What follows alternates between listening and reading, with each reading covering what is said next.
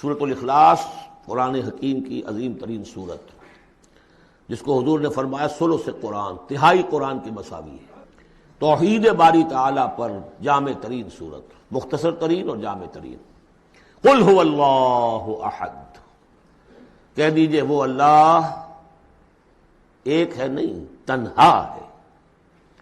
ایک کے لیے لفظ واحد ہے، واحد سے تو اثنان ثلاثہ شروع ہو جاتی ہے، اکیلا، the most unique person.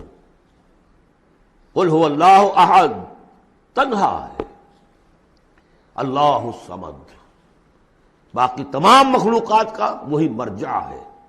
Samad کہتے ہیں بڑی چٹان کو، جس کا سہارا لیتے تھے لڑنے کے وقت، کہ پیچھے چٹان اچھی ہو تاکہ پیچھے سے دشمن جو ہے حملہ نہ کر سکے۔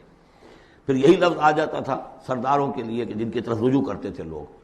تو یہ کہ اصل میں اللہ تو ہے خود بخود قائم ہے، اپنے بل پر قائم ہے، کسی نے بنایا نہیں اسے، اس کی حیات مستعار نہیں ہے، اس کی حیات اپنی، اس کا علم اپنا۔ باقی جو بھی کائنات کے اندر مخلوقات ہیں وہ سب اس کی بدولت ہے۔ لا یحیطون بشیء من علمہ الا بما شاء، ان کا وجود بھی اللہ کا عطا کردہ، انہیں حیات بھی مستعار ہے، مانگی ہوئی ہے۔ عمر دراز مانگ کے لائے تھے 4 دن، اور وہ مانگی ہوئی زندگی ہے، جب چاہے گا لے لے گا ہم سے، ہماری زندگی اپنی تو نہیں ہے۔ لیکن یہ کہ باقی تمام مخلوقات کو تھامے ہوئے ہے، اور یہ وہی ربط و تعلق ہے جو میں نے آپ کو بتایا تھا اسم اعظم، الحی القیوم، خود زندہ اور باقی سب کو تھامے ہوئے۔ کل کائنات اس کی توجہ کی وجہ سے قائم ہے۔ لم یلد ولم یولد، نہ اس نے جنا اور نہ وہ جنا گیا، نہ اس کے کوئی ماں باپ، نہ اس کی کوئی اولاد، نہ اس کی کوئی جورو اور بیوی۔ متخذ صاحبۃ ولا ولدا، یہ ہم پڑھ چکے ہیں قرآن۔ اس اعتبار سے نفی ہو گئی کہ کچھ لوگوں نے اس کے لیے بیٹیاں تجویز کر دی، فرشتوں کو خدا کی بیٹیاں بنا دیا۔